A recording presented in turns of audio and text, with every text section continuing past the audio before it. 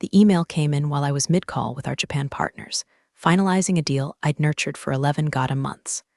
The kind of deal that could have carried our Q4 single-handedly. I was smiling, genuinely, stupidly smiling, when my screen pinged with the subject line, urgent, role termination notification. I didn't open it right away. I thought it was phishing, or a mistake, or maybe some poorly executed April Fool's joke in August. The voice on the other end kept speaking in clipped, polite English, and I kept nodding, and the email just sat there like a quiet little knife waiting to twist. I clicked it open while muting myself. It was real, 2 lines, from the COO, Eric Dentz. Due to structural realignment, your role is now redundant. Please clear your desk by 5 p.m. today. Your final paycheck will be deposited within the next 14 business days. I stared at it. Something under my skin went cold. Not angry, not sad, just quiet. The kind of quiet that comes before a thunderclap. I unmuted. We'll move forward with Tokyo's terms. I'll send the paperwork by end of day, I said, then hung up. They wouldn't be getting that paperwork, not anymore. I walked into the ladies' room, locked the door, looked in the mirror. The reflection stared back, lipstick perfect, blouse still crisp from the morning steam, expression unreadable. Didn't cry, I didn't scream. I just reached into my phone, scrolled to an encrypted folder named Archangel Protocol, and tapped once.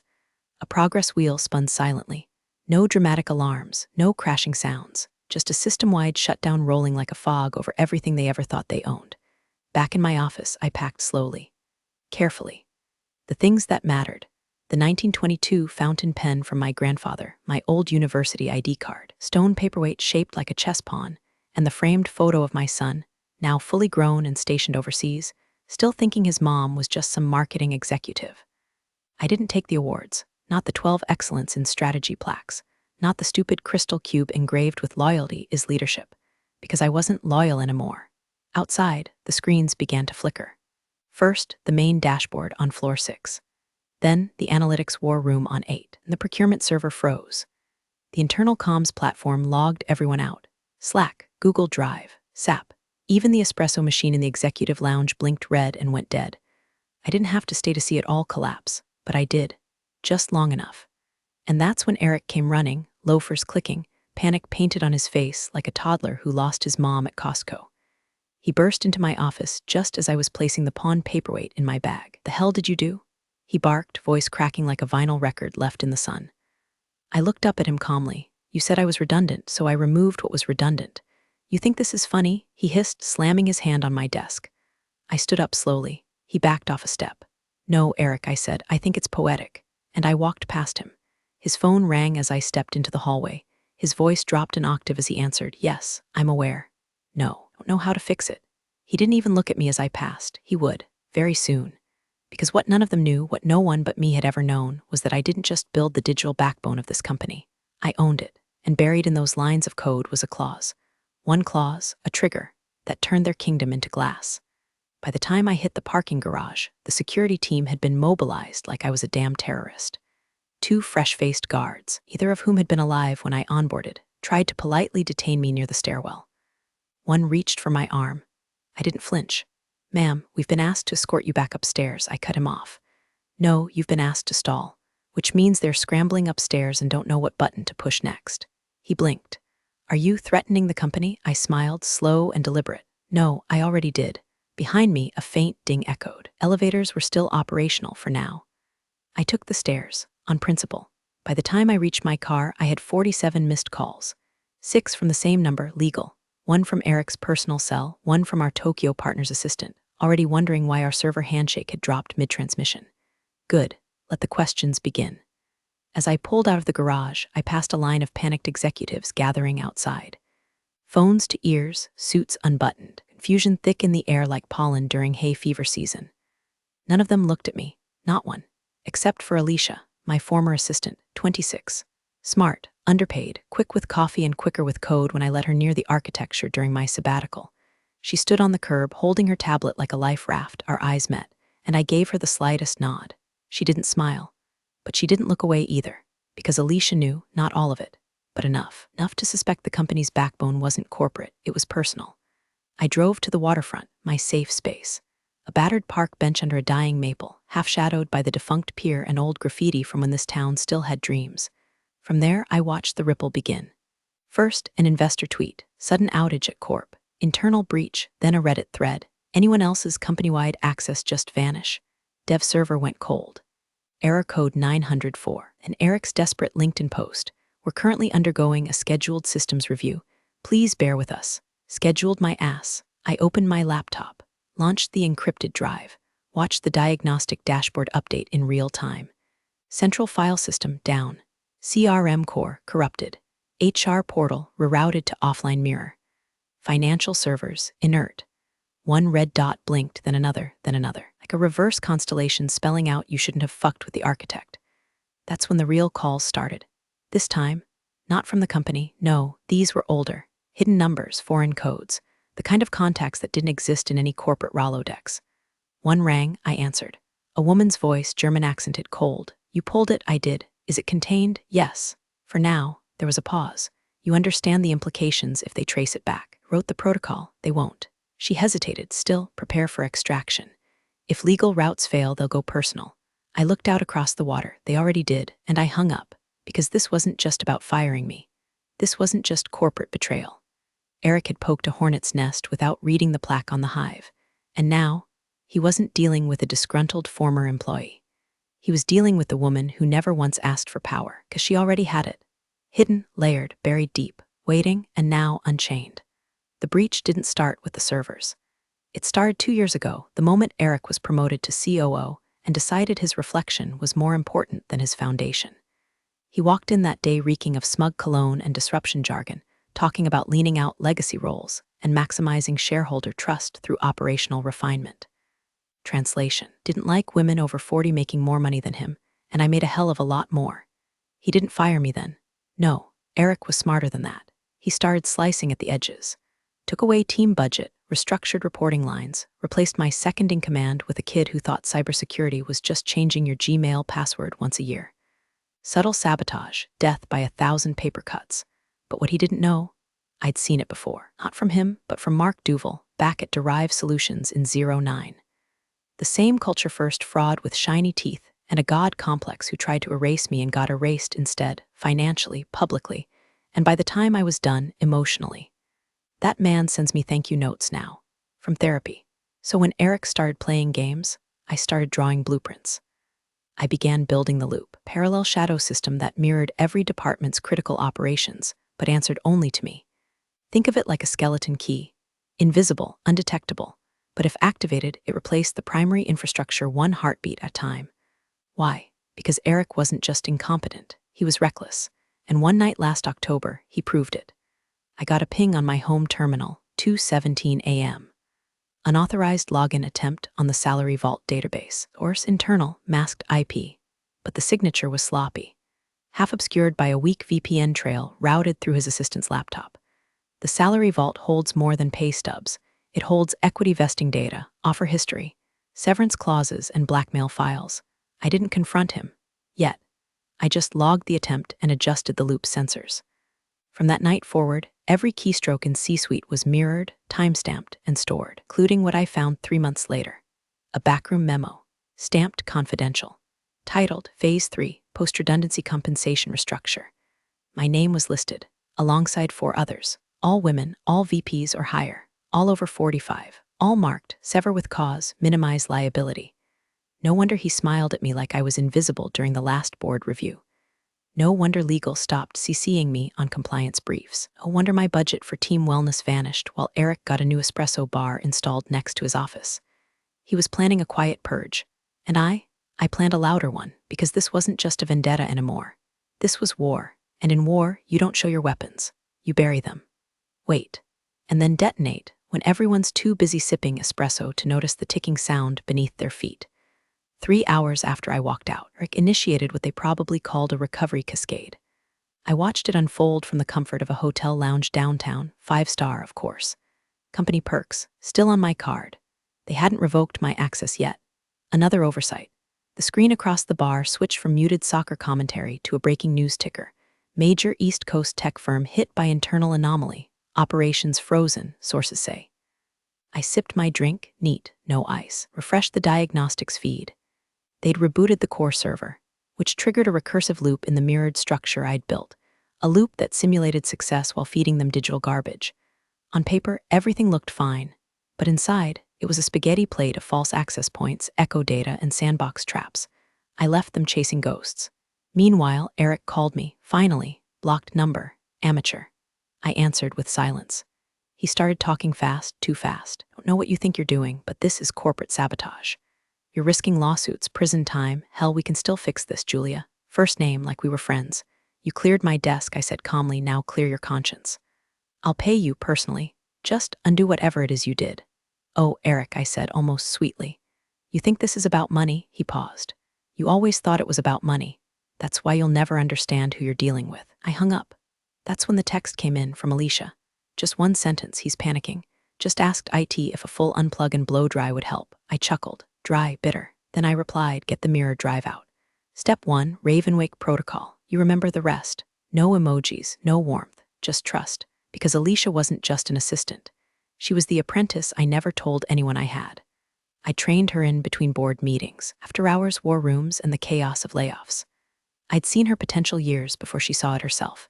She was cautious, precise, and she never once broke protocol. More importantly, she knew the exit plan.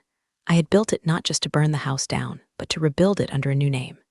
Eric never knew what Ravenwake meant. That word never appeared in a single server log, board memo, or IT glossary.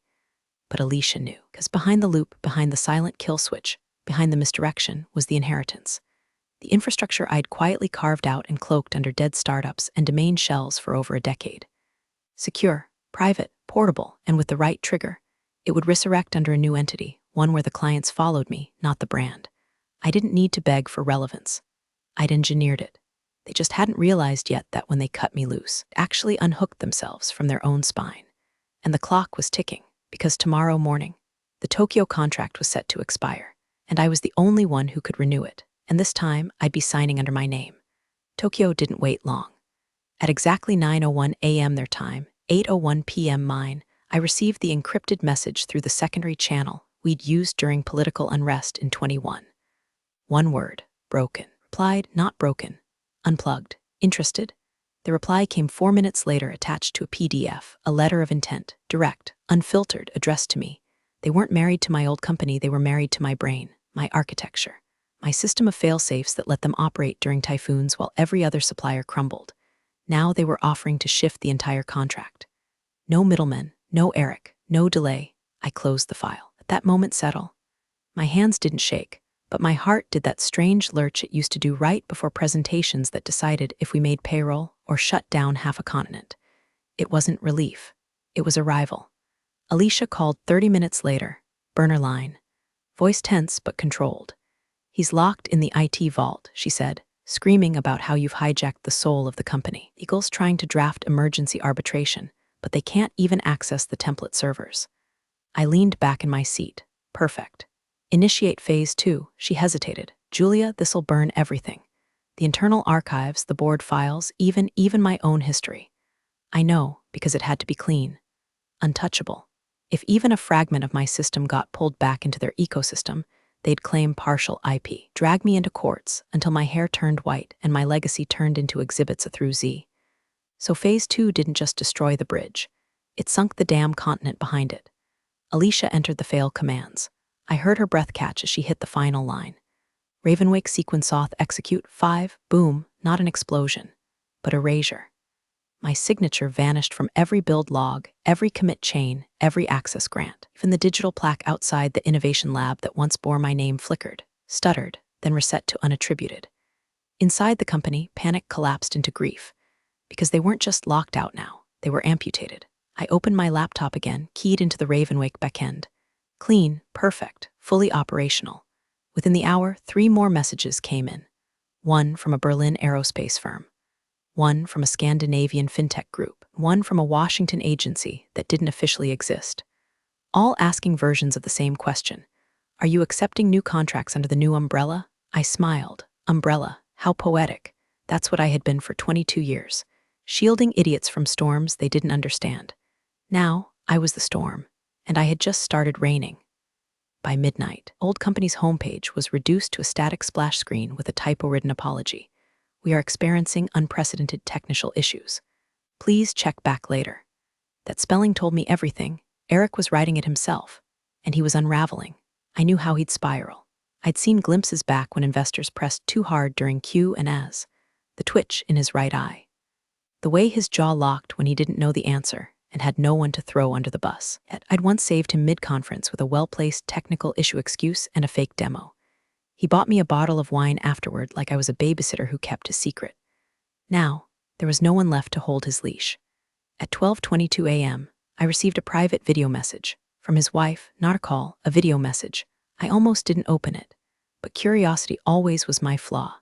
She sat in their kitchen, half lit by the oven clock. Makeup, no veneer, just the glossy exhaustion of a woman who's lived with a man unraveling behind closed doors long before the public noticed. "Julia," she said, voice low, eyes heavy. "I don't know what he did, but he keeps saying your name like it's a curse or a confession." She looked off-screen, then back at the camera. "I know this doesn't mean anything to you now, but you weren't wrong. About him, about all of it." She ended with silence. No plea, no defense, just surrender, and I didn't feel vindicated. I didn't feel anything, because the chessboard was already scorched. No pawns, no kings, just ashes. By morning, half of my old clients had reached out through back channels, not to ask what happened, but to ask for seats at my table. The Tokyo deal was done. I signed it using my new LLC, Ashwick Systems, a name born from fire, trademarked months ago. Quietly, because here's the part nobody ever understood. While they called me redundant, I was busy preparing succession. Not just survival, evolution. Alicia had deployed the skeleton team. 2 ex-data analysts I'd poached from an internal layoff list, a legal contractor who once sued us and respected me more than her own firm, and a systems architect from Toronto who'd been blackballed for refusing to sell user data under the table. We were nobody. And together, untouchable. That morning, Eric finally went live. A broadcast, sweaty, disheveled, eyes manic. He leaned over the boardroom webcam like a villain mid-meltdown. "There has been an unauthorized breach by a former employee. This act will be pursued to the full extent of the law. We are working diligently with our partners to restore core services." He paused, then added, unscripted, unhinged, "She thinks she can destroy everything we built, but she was never the foundation. It was just a tool." That clip hit Twitter in under 5 minutes. Alicia posted a single word beneath it, wrench. The replies came like wildfire. No system collapses like this without her being the system. If she was just a wrench, why are you bleeding from the head, bro? Put respect on the name. Ashwick is coming. He didn't realize it yet. But his press conference, it was my best PR. And every word he said tightened the noose he tied around his own legacy, because the world was finally seeing what I already knew. You don't fire the architect and then act surprised when the building falls on your head. The DOJ called me that evening. Not with threats, with questions. A man named Harrow, crisp voice, no accent, didn't even introduce his agency. He didn't need to. The way he said my name told me he wasn't reading from a script. "We're aware of a potential misclassification of intellectual property," he said. "You prepared to confirm the system architecture was solely your design?" "Every line," I replied, "and every bypass, which is why your subpoena will bounce off their legal department like a tennis ball in a hurricane." He went quiet for a second. I heard a lighter flick in the background. Then, "Would you be open to consulting?" I smiled, not out of arrogance, but because I could finally feel the shift. For 2 decades, I'd built fortresses for other men. Now I was being asked to teach them how to tear theirs down.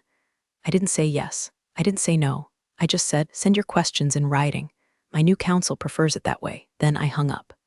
Alicia messaged me. "He tried to rehire your whole team. Offered everyone double, no takers." I wasn't surprised. They'd seen too much.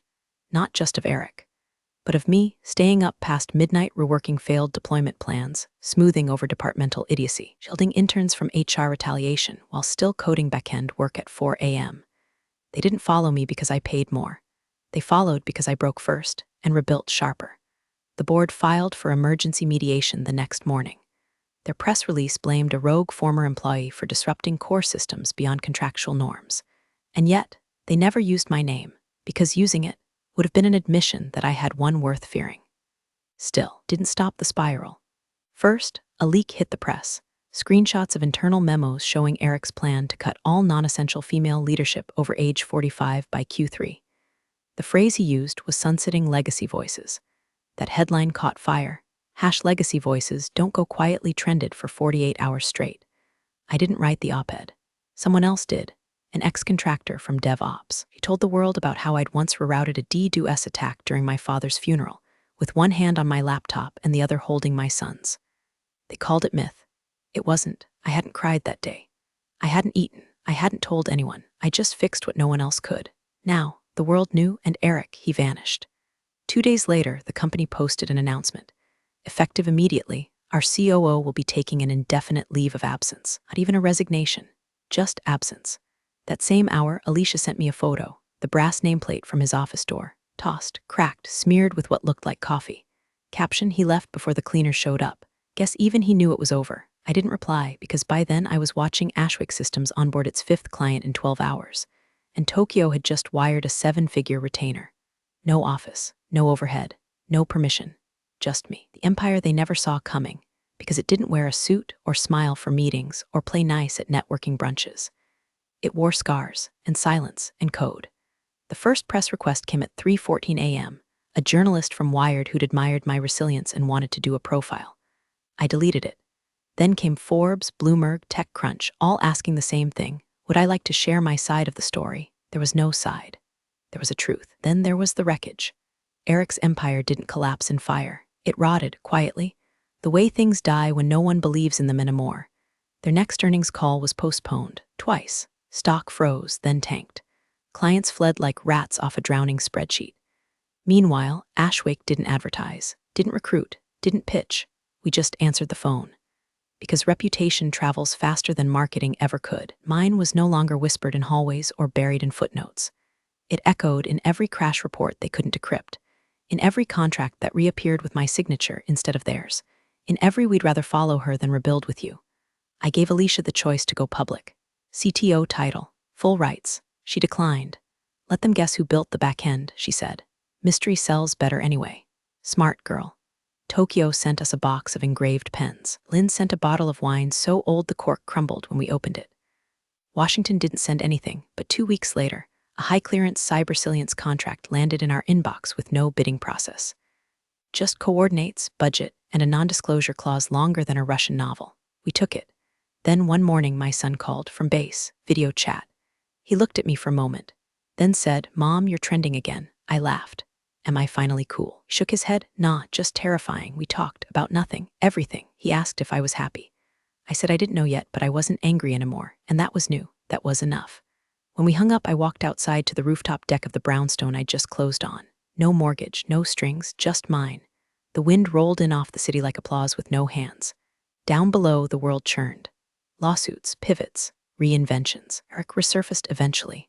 New title, new suit, different city. But the stain followed him. Because while he might have buried the scandal under NDAs and hush bonuses, he could never bury the one fact that haunted him. He didn't get outsmarted by a rival. He got outlived by the redundant one. And I didn't just walk away with revenge. I walked away with the blueprint, the keys, the kingdom, and no intention of letting anyone else hold the gate again.